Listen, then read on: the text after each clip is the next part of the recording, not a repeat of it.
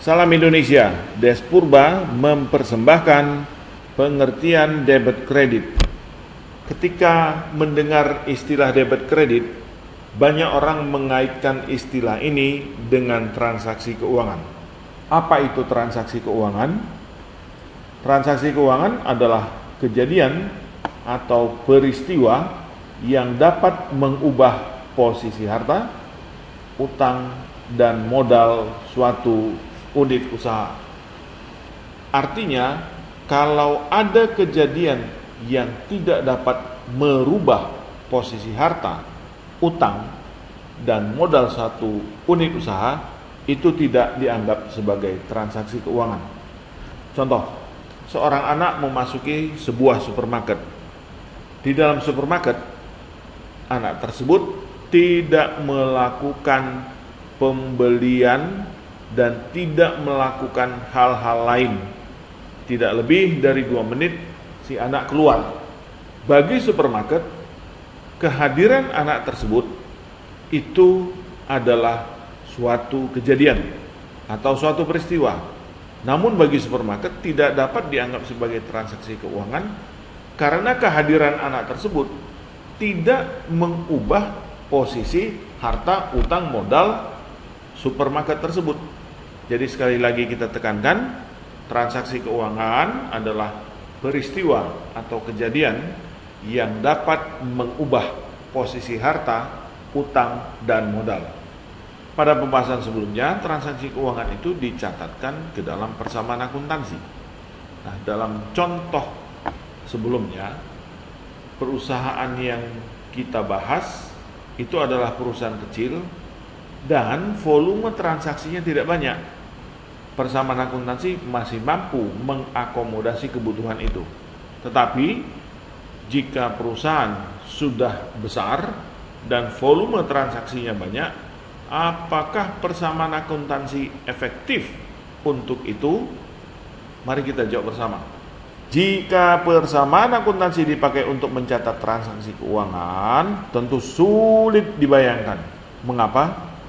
Karena kita akan membutuhkan wadah atau media yang panjang sekali hanya untuk mencatat transaksi keuangan.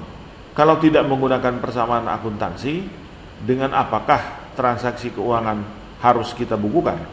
Transaksi keuangan dibukukan ke dalam proses akuntansi yang menggunakan sistem pembukuan berpasangan atau sistem debit kredit.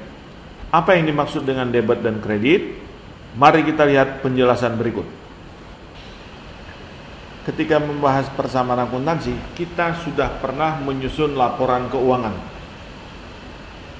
Laporan keuangan yang kita susun, pertama neraca, yang kedua laporan laba rugi, dan yang ketiga laporan modal. Di dalam neraca ada 3 komponen yang dilaporkan, yaitu harta, utang, modal. Neraca kita anggap sebagai induk dari harta, utang, dan modal. Harta itu anaknya, utang dan modal juga anaknya. Harta dari sisi kiri, utang dan modal dari sisi kanan. Untuk masing-masing dari ketiga anaknya ini dibuatkanlah rumah. Untuk harta dibuatkan rumah, hutang dan modal juga dibuatkan rumah. Di sisi kiri rumah anaknya disebut dengan debit atau disingkat D. Di sebelah kanan disebut dengan kredit atau disingkat K. Bukan hanya untuk harta, tapi penamaan debit kredit ini juga berlaku untuk utang dan modal.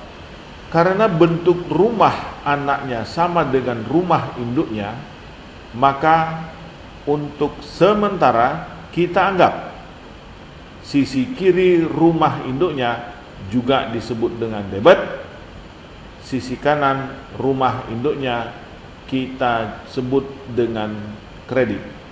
Tetapi harus diingat, di laporan keuangan tidak ada istilah debit kredit. Mengapa? Nanti kita lihat di bagian berikutnya. Harta berasal dari sisi debit, utang dan modal berasal dari sisi kredit. Mengapa harta itu berasal dari sisi debit? Karena dia mempunyai sifat normal debit. Apa yang dimaksud dengan sifat normal? Atau apa indikasinya? Indikasi sifat normal adalah dengan adanya pertambahan. Dalam arti, setiap harta bertambah dicatat di sebelah debit. Jika harta berkurang, itu dicatat di sisi kredit. Berkebalikan dengan harta, utang itu berasal dari sisi kredit. Demikian halnya juga dengan modal. Mengapa berasal dari sisi kredit? Karena utang mempunyai sifat normal kredit, yang artinya jika ada pertambahan utang, itu dicatat di sisi kredit. Itu yang tadi kita sebut, di sisi mana ada pertambahan, disitulah sifat normalnya. Kalau utang bertambah dicatat di sisi kredit, maka jika ada pengurangan utang, itu dicatat di sisi debit. Modal sama dengan utang. Setiap ada pertambahan dicatat di kredit, setiap ada pengurangan itu dicatat di debit.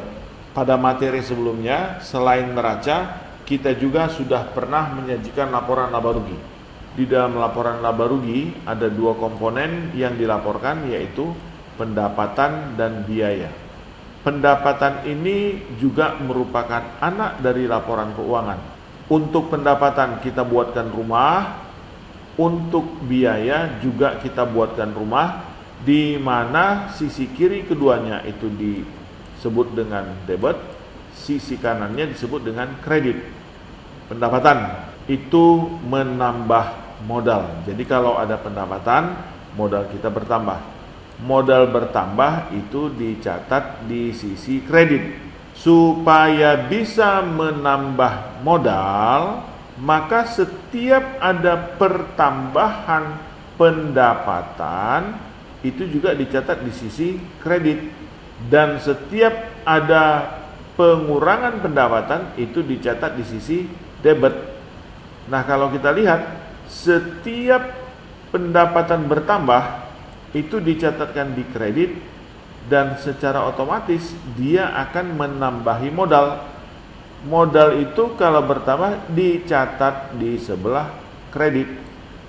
Berlawanan dengan pendapatan, biaya itu sifat normalnya debit. Mengapa demikian? Kalau ada biaya, artinya biaya bertambah. Biaya bertambah dicatat di sebelah debit. Mengapa di sebelah debit? Karena setiap ada pertambahan biaya, modal berkurang.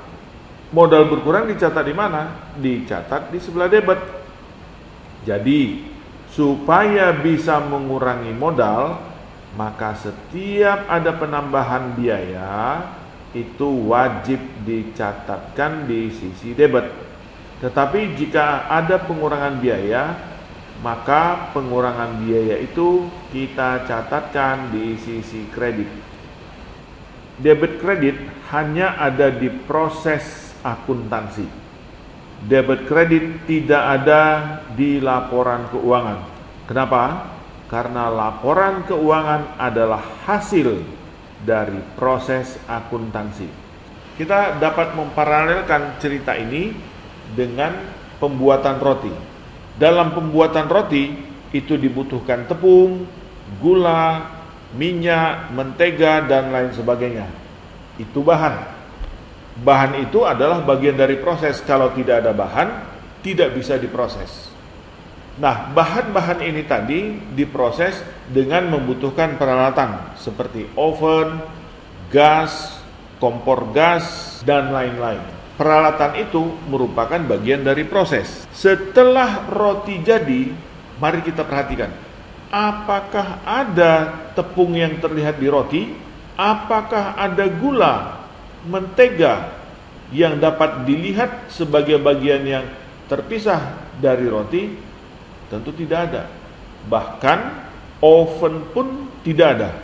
Jadi bahan dan peralatan itu hanya ada di proses. Jadi sama juga dengan proses akuntansi, debit kredit itu hanya ada di proses akuntansi.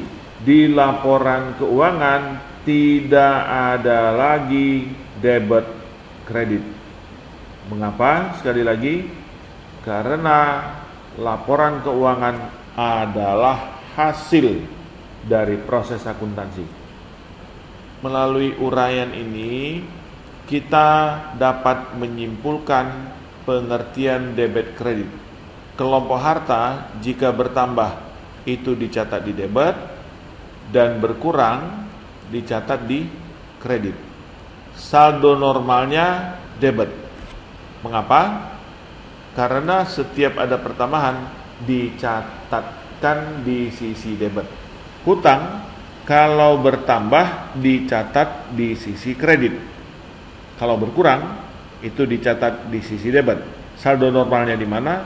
Saldo normalnya ada di kredit, yaitu di sisi mana hutang bertambah. Modal itu juga sama dengan hutang. Setiap ada pertambahan dicatatkan di kredit, setiap ada pengurangan itu dicatat di debit. Saldo normalnya di mana? Saldo normal di kredit, yaitu di sisi mana modal dicatat ketika bertambah. Pendapatan demikian juga. Jika ada pertambahan pendapatan itu dicatat di sisi kredit, jika ada pengurangan itu dicatat di sisi debit. Saldo normalnya di mana? Di sisi kredit. Kelompok biaya jika bertambah itu dicatat di debit, dan ketika berkurang dicatat di kredit. Saldo normalnya di mana?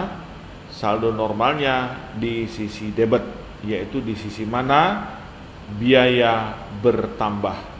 Kemudian dalam proses akuntansi berikutnya, kita akan mengenal kode perkiraan. Kelompok harta itu bernomor induk 1.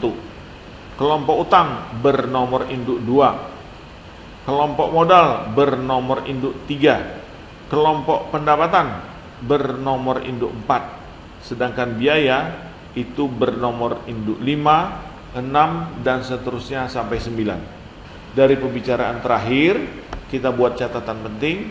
Debit kredit hanyalah teknik dalam proses pencatatan transaksi keuangan.